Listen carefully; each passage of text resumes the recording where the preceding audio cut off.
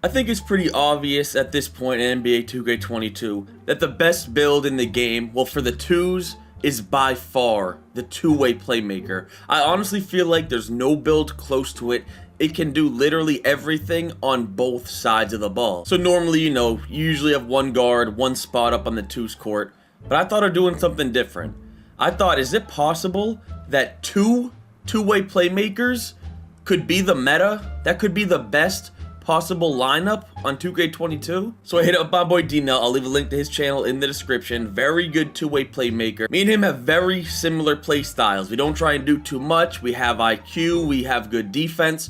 So I thought this would be a pretty good duo to try out on the twos court. And you know what? Let's skip the super long intro. If you guys enjoy the video or want to help me out, do me a favor, drop a like, drop a sub. We're so close to 200K.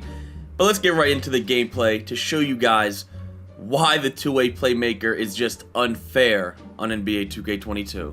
Alright, so you guys see both of us are on two-way playmakers. There's one difference. I'm 6'4", he's 6'5". So the only difference in our builds is that I can get the Derrick Rose size up, which you guys are going to see me use a lot, and he can't. But that's just personal preference of the build, what size up you use or whatever. Neither one of our builds is better than the other. It's just personal preference.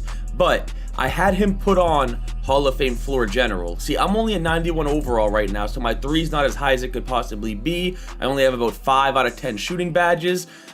But once he put that Hall of Fame floor general on, guys, I wasn't missing. I probably shot over 80% from the three when me and him were playing.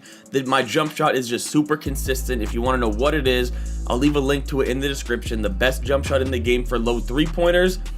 But let's talk about the lineup. Let's talk about two-way playmakers. So for these first couple games, you guys are just going to see me absolutely go off. You see they can't guard the classic hop back that you guys are going to see me do a lot. The build is just, I'm not going to say it's completely unguardable, but it's super hard to guard, right? Especially against a good player that can shoot.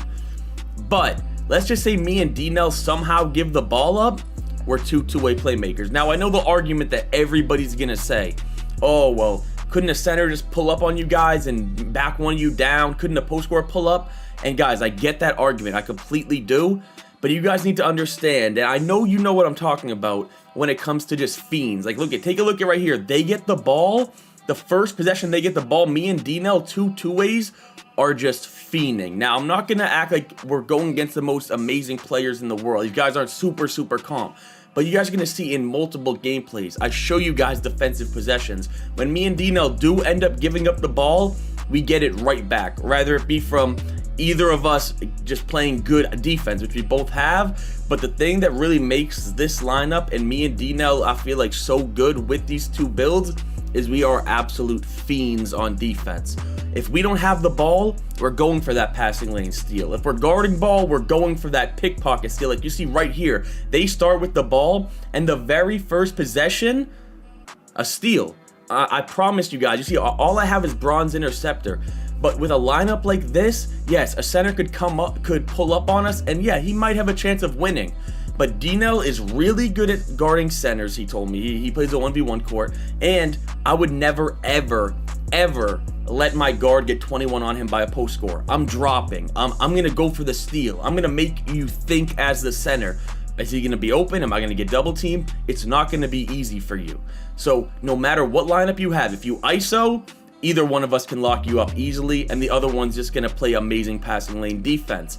If you use screens, we can switch on the screens if we want to. We can go under the screen. This is honestly the best defensive lineup in the game. I really don't think you're limited at 6'5". I think he can guard any build. And then you guys see, we don't miss. We literally will not miss off of each other's passes. And like I just said, if we do give the ball up, like I think right here, I kind of left D-Nell with like 7 or 8 seconds on the shot clock. He tried doing something. They played decent defense, so we give the ball up, right?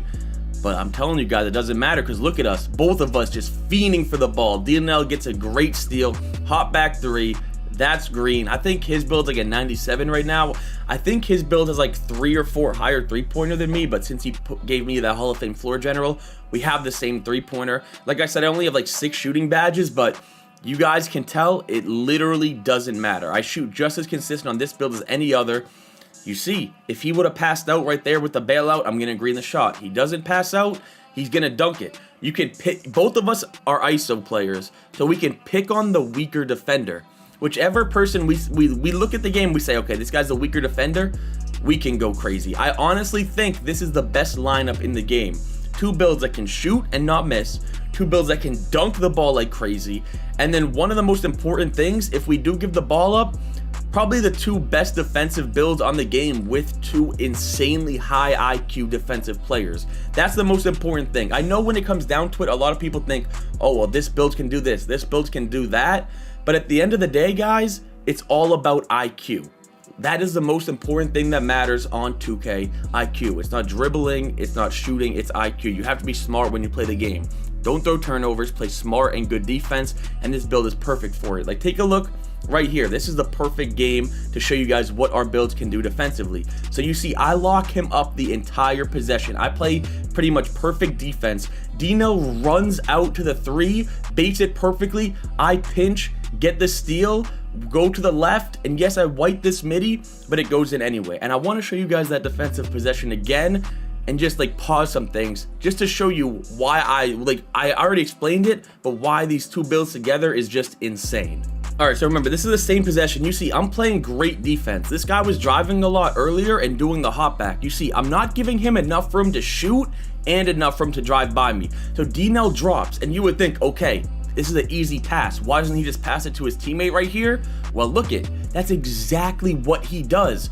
But we're 299 speed guards, so we can pinch like that. So he comes over to my side, and it's just the perfect pinch. 299 speed guards with, I forget if he has max wingspan, but I know I have max wingspan, so I'll just say he does. 299 speed guards with max wingspan, 20 defensive badges, 99 steal. Like, I honestly don't know how you score on us 2 unless you're the greatest post scorer in the world with a million IQ. You'll know when to pass it to your guard. You'll know when to go up with the hook. You won't get the ball stolen from you. I really think this could be, if I had to choose a lineup right now, right? Like if you had to say, Quill, you had to run a $10,000 wager, or Quill, you have to go on a 100 game win streak tomorrow.